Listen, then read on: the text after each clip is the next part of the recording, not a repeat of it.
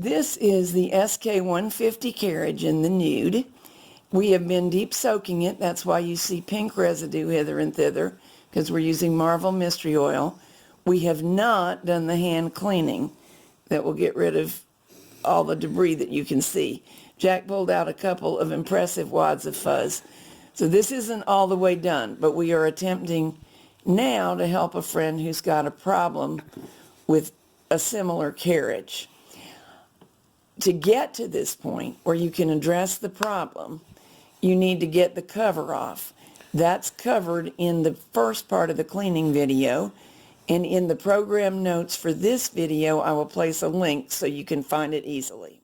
We have a friend that sent us a picture saying this piece is wobbly. Now that piece normally moves, you can see that. This one's been in the bath deep soaking, and you see how smooth that action is. But what we haven't finished the hand cleaning yet. Right, all we did was take it out to do this video. But she says that it's wiggling from side to side. And it should stay on a plane. Right. What we see right here is, let me find something that's a little easier to look at. This is a braided post.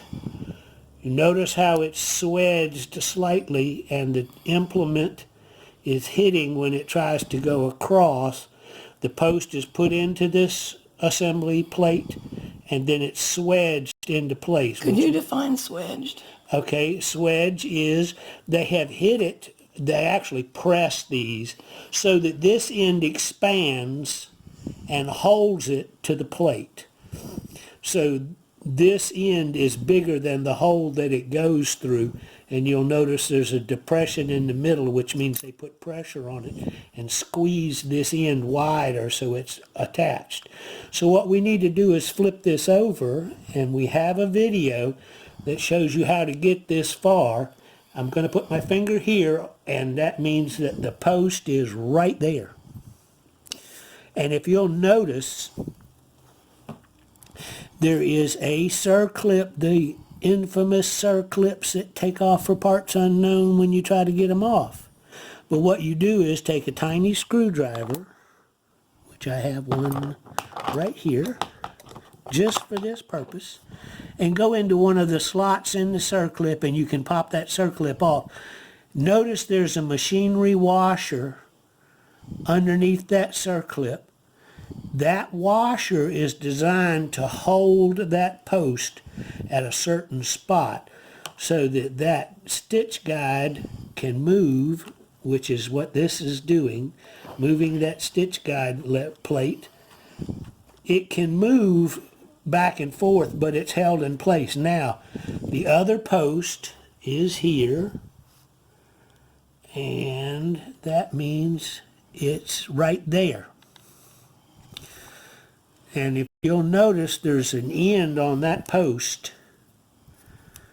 that rides in the slot of this plate.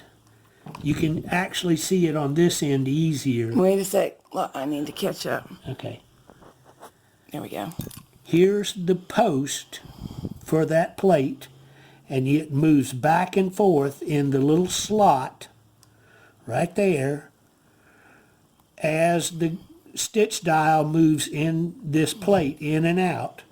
When you turn the stitch dial, that's what moves this plate in the groove of the stitch dial. And so this is one post and this is one post.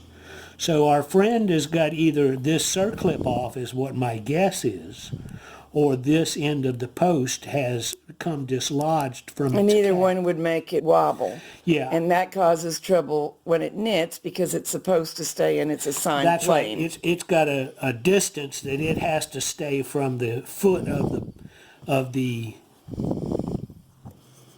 carriage.